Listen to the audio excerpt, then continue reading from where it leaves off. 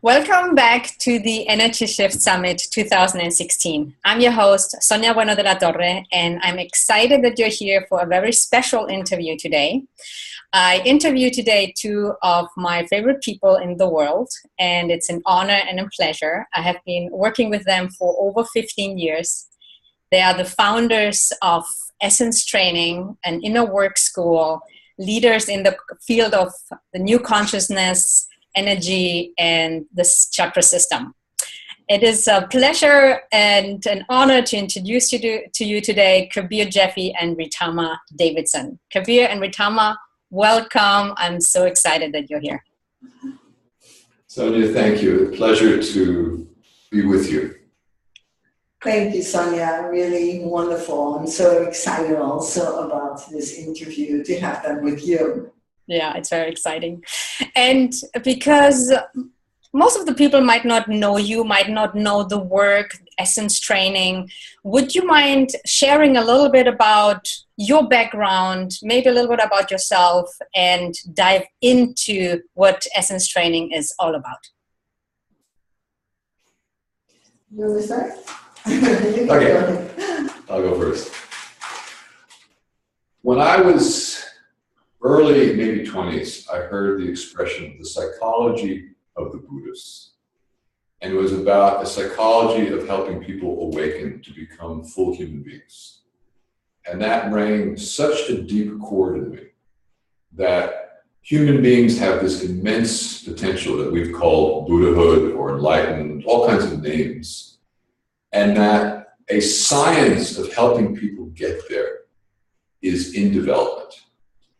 And that became my life's calling, my life's passion, was to contribute to that science, to pursue it as much as I could on my own, and as much as possible spread it far and wide that we can have an enlightened planet.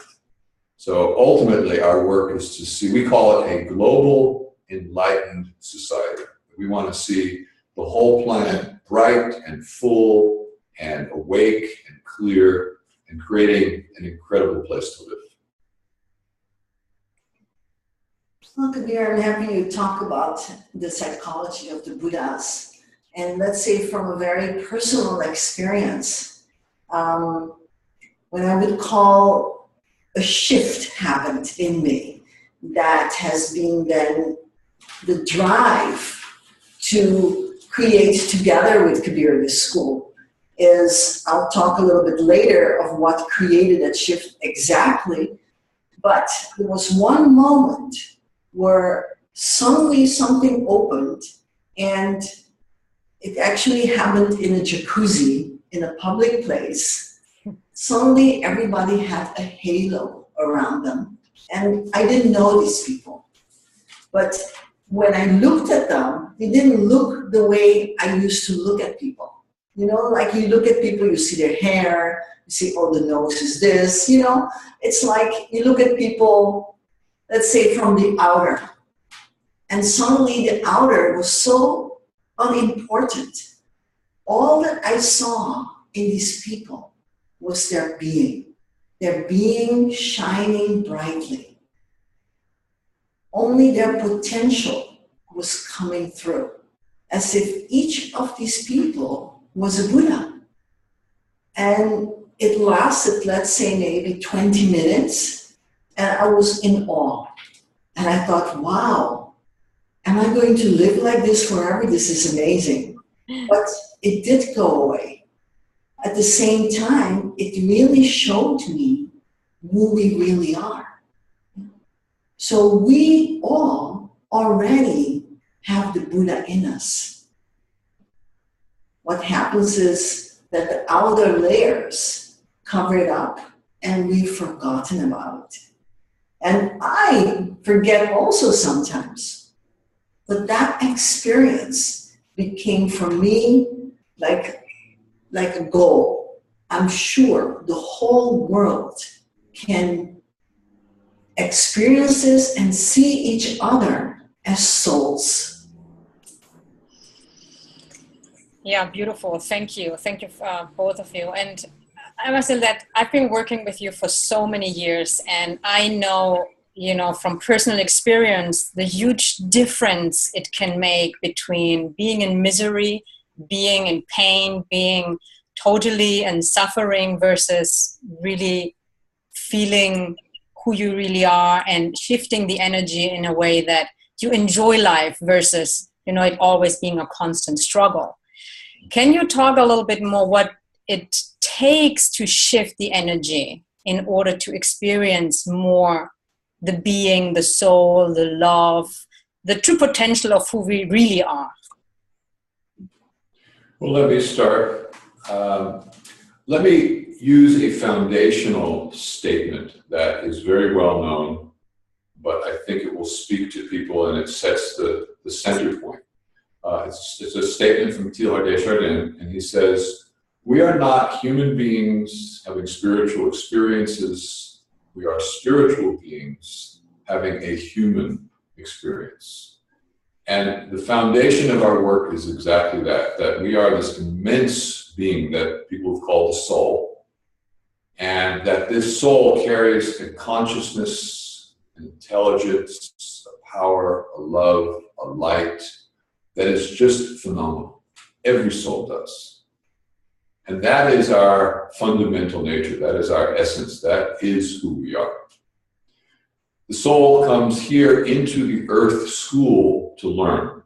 And it does that in a very particular way. I'd just like to draw you a little picture to make that more clear.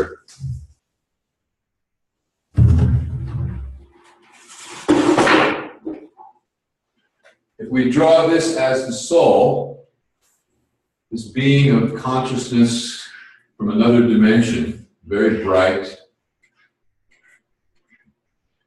the soul, we understand the soul comes into the body and personality via a cord at the top of the head. It actually comes down, descends into the top of the head, and then comes through the entire body energy system.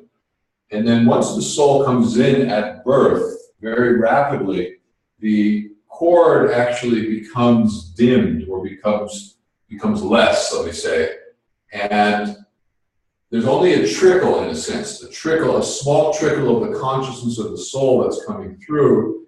And the soul now becomes identified with the body, the personality, the human energy system, which is particularly the chakras. I'm just drawing a couple chakras here. We have 7 of them. And these chakras evolved over an immense period of time through evolution. And they carry a full evolutionary history in them. And what happens is that we forget ourselves as a soul. We become identified with the body, personality, the mind, the emotions, as we go through this learning experience of the earth school. At some point, you begin to lift the energy up. You begin to build that bridge again, and you wake up and you remember yourself as this incredible soul. So the work is to, we call it, clean up the mess down here, mature it, bring the energies up, awaken to who you are.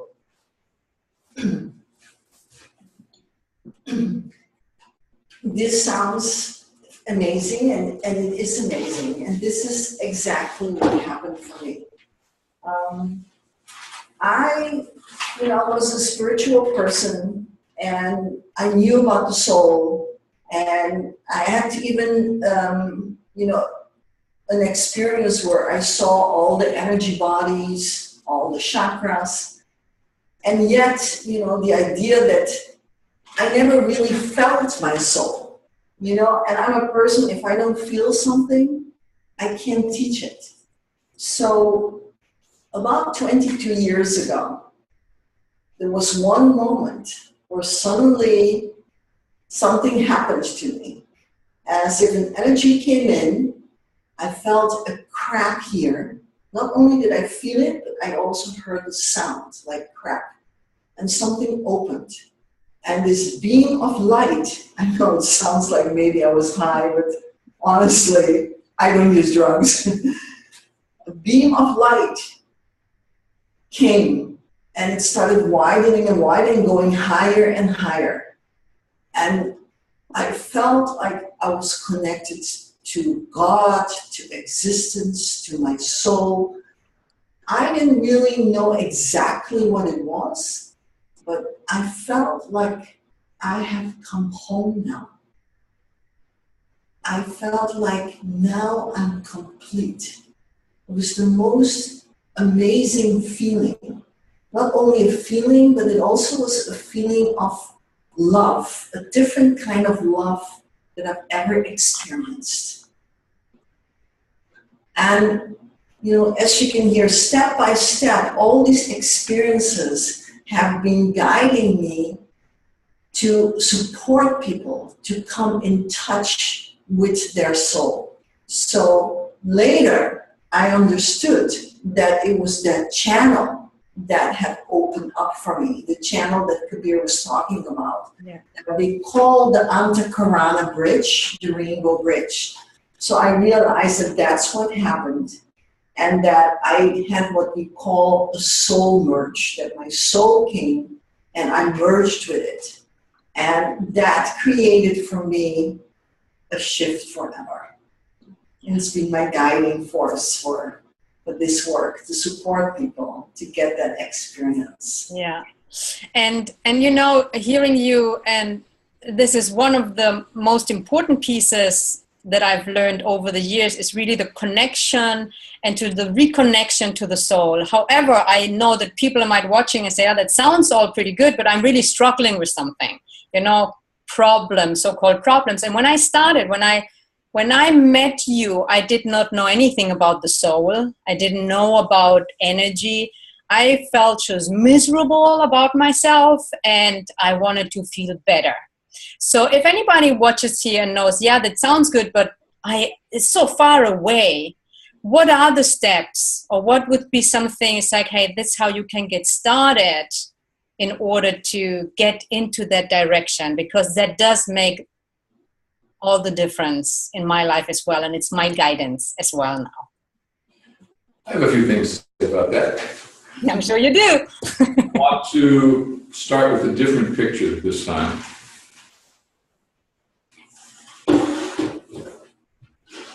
This is a picture that we call the framework.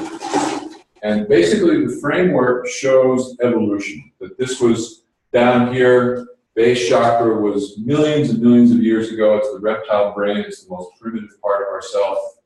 Then the mammal kingdom came in, belly chakra, then sophisticated leadership and social roles, third chakra, then the heart, then the communication, then the mind, and ultimately the spirit. So we are composed of these 7 levels of evolution. And they are what are operating in the chakras. So each chakra carries an evolutionary state, or what we call a level of consciousness. And by level of consciousness, you can think of a brain that thinks in a particular way. So in a sense, when scientists say we have 3 brains, reptile brain, mammal brain, human brain, we actually say we have 7 brains. And they are all busy and thinking in us. The challenge that we have, let me draw a line here. This is the first, second, and third chakra. This is the animal heritage from us. This is, the base chakra is our fear and aggression. The belly chakra is our need for family, connection. And our solar plexus is the need for recognition, power, self-worth, etc. These 3 chakras are primarily dominating the world today, and they dominate our consciousness. So we are if you could see these chakras energetically, you can see the solar plexus is sending out all kinds of fiery, sparky energies to try to prove, or you see the belly is sending out all kinds of energy cords to try to connect somewhere, or you'd see that the base chakra is full of fear and anxiety and control. And these emotions, these chakras basically grab us and capture us and hold our consciousness. And we say that the consciousness drops. You're not living through your heart, you're not living through your spirit anymore. You're living primarily in the lower chakra energies, and they are in many ways ruining our lives because they are so wrapping us in their noise, in their disturbance, in their instincts, that we can't find ourselves. So what we call the work is twofold. On one hand, it is to clean up this mess. And that's exactly what happens, that you begin to work on your power issues. You begin to work on your fear issues. You begin to work on your not belonging and your need for connection issues. And as you work on these issues, they begin to heal. They begin to clear, and you become more and more healthy psychologically and energetically. And where that brings you to is you clean up that mess here, the energies can then start moving upwards more and more. So the work is to clean up and then to move up and to get up and to begin to understand and awaken the higher centers that exist within us.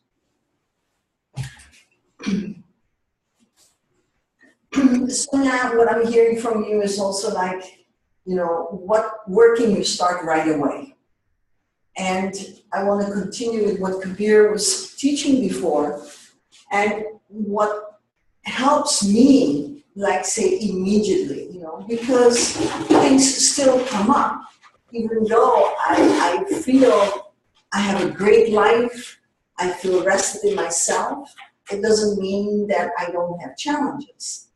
But the difference is, how do you deal with the challenges so that they don't make you miserable? And that is becoming then the key for life. Exactly. And of course, the growth is while the growth. As Kabir showed, you need to work on all the issues, understanding them. But one thing that I find that helps immediately, and that is what we called the watcher here, yeah, in the third eye. And once you awaken the watcher inside, you know, and that you can do through meditation. Everybody can do that. It's part of the mindfulness teachings also.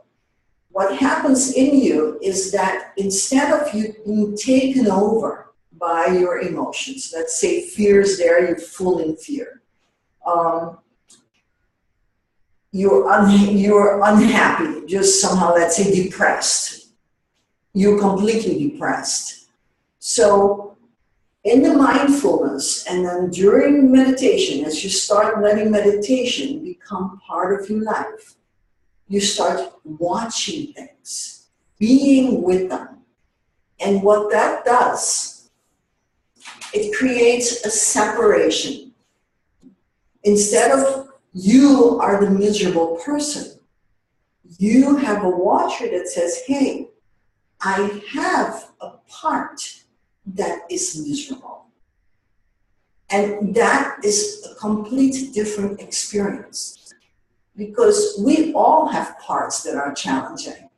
So in that way, you don't have to feel that you are a piece of whatever, you know, or you are stupid, or you are not okay. You can feel like, hey, I'm a soul, I'm a beautiful being, and I have a part that at this moment is challenging. So that is the first beginning, what we call of the separation of you as a soul with the parts that are challenging you. And of course, that will take training. It takes training to what we call, again, repolarization, so that the energies don't always get pulled down in what Kabir called the lower chakras. Because as the energies are here and you don't have energy going on the top, this energy starts dominating you. It starts pulling all your attention to it. So meditation for that reason is very important, and the awakening of what we call the watcher, so that you start building energy up here. And then slowly, we talked also about, I know I'm bringing a lot in now, but then you get the full picture as you make that connection up here. This also becomes then more full, what we call, you start repolarizing. You start building the energy on the top more. And that will help you take care of the lower. Yeah, thank you, Ritama. Thank you very much. And I want to emphasize a few things that you said, because I do know the work for so many years, but for some people it might be the first time.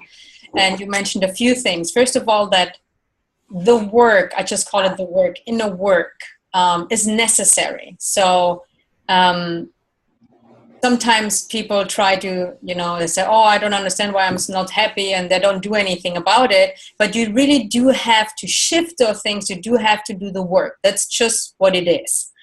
And meditation is really one of most effective tools, and it has been in my life as well. So what I like what you just shared with Tom is really to illustrate visually what it does, because it helps you to separate from those parts that think this is who we are. Like, I'm not good enough, I'm fat, I'm ugly, I'm stupid, I'm depressed.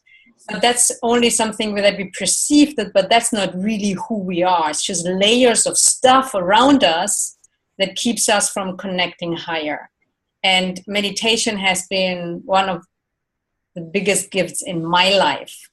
And because I know that a lot of people are interested in meditation, or this is one thing that people can actually get started, do you mind sharing a little bit about, or a little bit more about, what, from your perspective of energy, meditation ultimately does, and how people can get started with maybe 5 minutes a day? Well, let me say, first of all, right off the bat, to be honest, meditation is challenging, especially in the beginning. I don't want to promise people, oh yeah, sit down and you're going to feel so great. And there's a reason for that, because when normally our attention is turned outwards. Let me draw it for you in a different way here.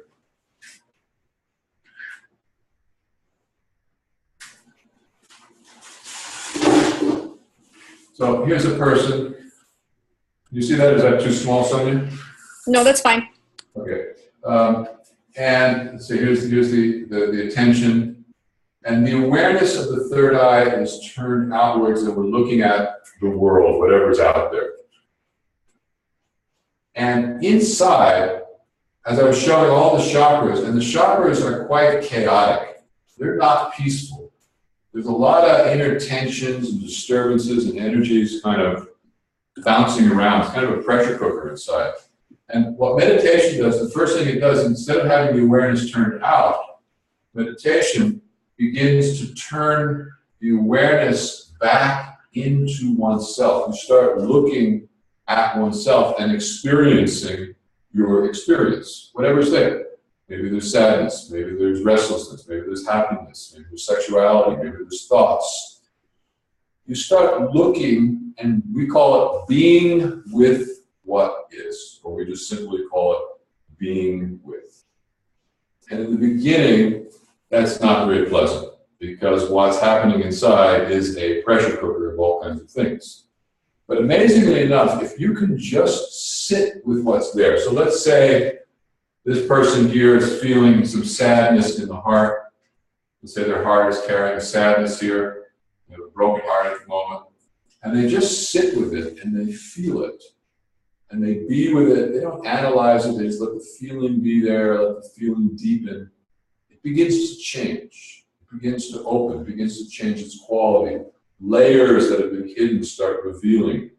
And it's amazing the depth of being that opens through simply being with whatever experience is there inside of you. So that is central to our whole work, that anything can be a doorway to the inner life. Any feeling, no matter how, quote, ugly or feeling you don't want, it doesn't matter. Any feeling, anything that's moving inside, if you turn your attention to it and being with it, it's going to begin to bring you deeper into yourself, and it's going to begin to reveal the deeper self, the more magic self that is underneath. Yeah, from that perspective, let's say we are used to, as a child, you get hurt, you run to mama, she kisses you, and everything is okay. Or you're afraid, maybe you run to papa and he'll take care of you. So when we get bigger, we grow up, we have inner problems, we want to look out for somebody to help us. And that's good, to look for help. But what we found is the way that we can really support people is to actually help them find the answers inside. Because the challenges are inside of you, but the answer is also inside of you. It's just right behind the challenge. So what happens is, if you can imagine that, can you take this away? Sure. Our training is called Essence Training for a reason, because we're saying that all the essences are living deep inside of us. As Kabir showed before, the soul comes in to the body.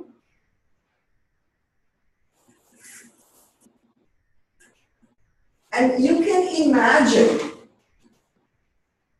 the soul as a white light, this incredible being. When it comes into the body, that white light splits itself, right? The body becomes the prism for that white light to split itself in many different colors.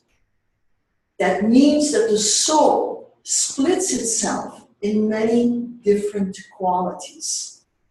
And those qualities we call essence qualities. That means that, for example, we all know heart and love. That means that the essence of love lives deep in your heart. Even if you think you're not lovable, or even if you think you can't love, or you have a difficulty with relationship, love is there as it's in its fullness deep inside of you. And the same is with, for example, in the solar plexus, with power. Because the essence of power lives deep inside of you. You might feel at this moment maybe a victim. You might feel weak. You might feel depressed or powerless. But that's only the surface. Deep inside of you, that power is there.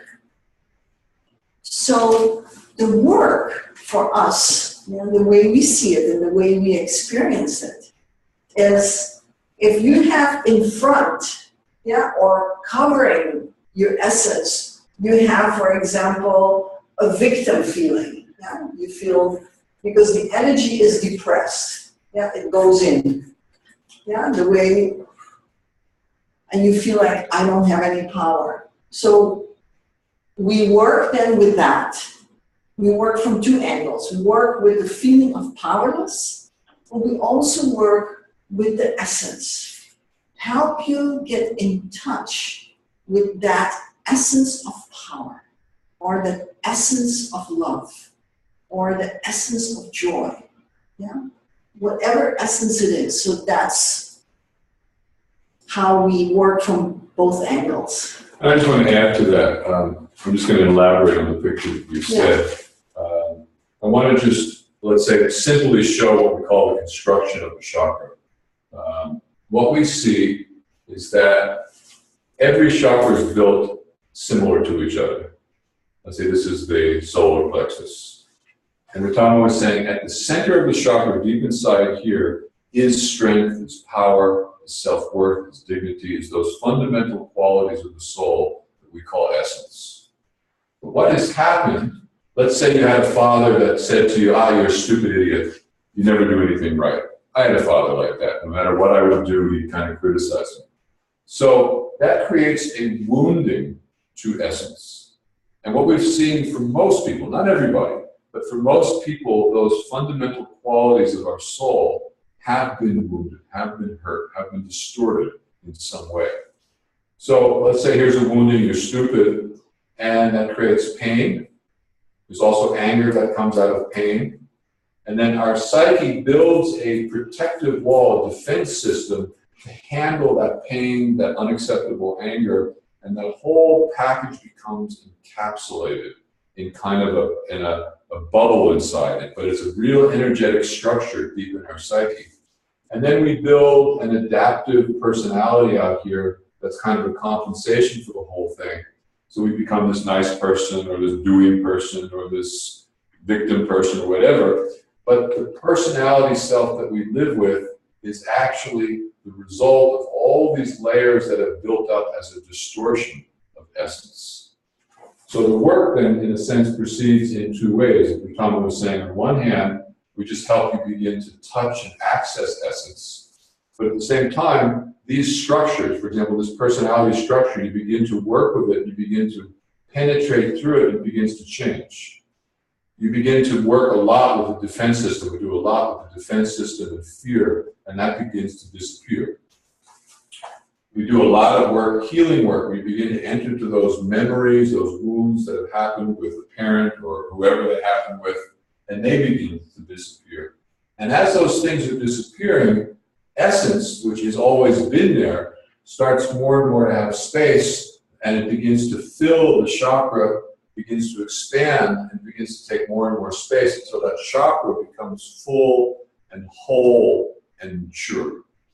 So that is really the work. It's this, on one hand, this dismantling, and on the other hand, is this unfoldment of these incredible qualities of being that are already there. And that is the key. They are already there. It's just a matter of... Yeah, thank you. Sure. Just want to bring it all to like a clarity. The way Kabir showed like how the personality is then in the front. And, you know, I think we all feel that way. That's why we always feel a little bit awkward, because in a way, our personality and our soul are not in sync. So you do feel there's something not right with you. But it's not that it's with you, with your being. It's this personality that you've taken on as a compensation. And it does feel awkward. So the whole work is, instead of living from the personality that is somehow like a patchwork put together from all your woundings, from the modeling that you got from your parents, from teachers, from other kids in school. Yeah, that's what we model. And then we got hurt, and then we become defensive, or we become aggressive, yeah? So that is who we think we are. So the work now, as you can see, the moment you start living from your essence, and the essence is part of your soul, you see? So you start then what we call living from the soul out. So the soul starts penetrating you, and you start living your soul self. Thank you. Thank you so much. You said everything I wanted to hear today. And, you know, you said a few things, and I want to come back to it. So many things you said, but first, thank you for mentioning that meditation in the beginning is not always comfortable. And it took me a long time to come to a place that I sit in the morning and meditate, and it's part of my life. Like I brush my teeth, I wouldn't go out the house without brushing my teeth. That's how it feels. But in the beginning, it is challenging. And all the clients that might watch this will understand, because the protection mechanism and the resistance sometimes is so big. And I can only say, just keep doing it, because that will make the shift. And also what you shared about, you know, your work is working from both angles. And that's the most powerful that I have seen. I've done a lot of different things, but I think what's really different also about your work is that you address both sides. You address the wounding, the patterns, the beliefs, the stuff that is in the way of essence being there, or being able to unfold. And at the same time, you work with meditation, with connecting to the soul, with connecting to the higher, to come into the body. So you work both ways. And also how you draw the chakra with the different layers. I think that might make sense for a lot of people, that sometimes you see people, they seem so happy. I was one of them. Outside, nobody would have thought how I felt inside, and to just remember that sometimes when you're out there and see different people, we are all struggling with something. Thank you for bringing that to such a nice closure of clarity on how the work, works. And we're slowly coming to an end, and I have the privilege to be connected with you anytime. But is there anything from your perspective, from your heart, from your soul, that comes to mind that you would like to leave the audience with, that you would like to give them today before we bring this to a close? I have something. I'm sure you have something. Go ahead. Again, I have to come back to my drawings for a moment. Absolutely. Don we were showing essence here, and a moment ago we were showing, the patterns that have been building and that are holding people. We saw all kinds of defenses and whatnot. Well, I want to say that those personality structures have built a lot of the world around us. So the society that we live in, the social system, the thoughts, the beliefs are very much reflective of a lot of the lower chakra, denser energies. Not entirely, there's incredible good things, beautiful things happening in the world, but at the same time, those energy structures are very real and very pervasive and very wide. And we call it the matrix. And the matrix, in a sense, almost programs our minds, keeps us in certain fears, certain behaviors, etc. At the same time, we see right now something that is happening that is so incredible, and we call it a next evolutionary step. That we feel human beings are emerging from such a long, long period of the darkness of being caught in stuff. That the intelligence is awakening, the spirit is awakening, we're becoming empowered, we're becoming loving, that we are emerging now at a way we have never done before. But it's in this emergence, we need to do a lot and to do our own work. That we need to each play our part. As we wake up, we contribute to the whole world's awakening. So I just want to encourage everybody, do your work. It is so necessary, and it's not just yours. When you clean up this 2 square meters of the universe here, the ripples are phenomenal in what they bring out to the entire world. And that we are all together. We're affecting each other in so many ways. So it takes all of us together, in a sense, to give birth to this new human being, to give birth to this next evolutionary step. Thank you, Kabir. Thank you. Yeah, I think, Kabir, what you're also bringing up is that even though we all want to feel better, there's also something else calling to contribute, And I think that's what you're saying. It's like you feel so deeply satisfied if you can contribute. And really, you are contributing if you just start with turning in. And I would say the most simple thing, and I'm sure you're already doing it, but I want to just support it, that is to start connecting to your breath. It's the most simple way. And I would say, start holding yourself. As if every time you hold yourself, you feel like, hey, I'm precious. I'm beautiful. I'm a soul. All the great things that you do want to be or that you're longing for, they are already there. And as if they're like a seed in you. And every time you're dropping and you breathe and you say this to yourself, you are watering these seeds to start flowering in you. So it's something you can do, before you eat, when you wake up, at night.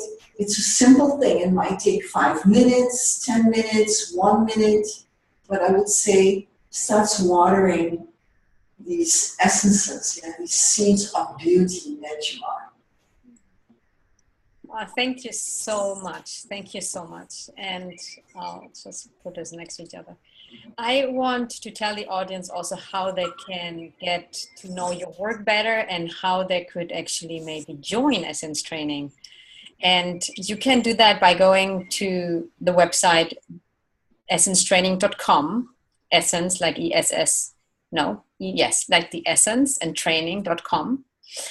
And Kabir and Ritama, you do workshops or modules in Germany. And I wanted to say to the audience that that work is the foundation of my transformation and the work that I do with my clients. But without this type of work, I would not be where I am today.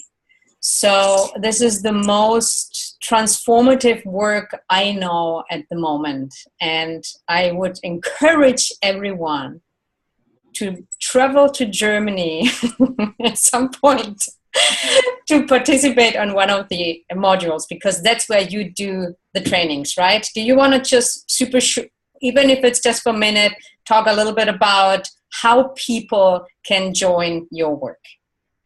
Well, I think to understand the modules, we do 5 days on one particular chakra. So for example, coming up in February in Germany is the heart chakra. And we only do that chakra in those 5 days. We look at the energies, we look at what's happened to you, we look at the wounds, we look at what wants to open. It's a very intensive process. It's not, these modules aren't gentle, they're not just sitting in meditation. We cry, we might be angry, we might dance. They're quite intense, but they're a lot of fun. There are a lot of joy. There are a lot of facing oneself. And we love them. I mean, Ritama and I get so much by doing them, and we know people get. So the whole training is actually about 2.5 years. Every 4 months, we do another chakra. Yeah, thank you. And I will put the link underneath so you can go to the website, can get a little bit more information. And maybe I see you in Germany and we all see us and doing a module together. I hope so. Yeah, I hope so. I'll be there for sure again. So thank you again. And it was a pleasure. And it was a pleasure of you being here with us in this interview. And for the audience, it was a pleasure having you in the summit. It was a special journey together.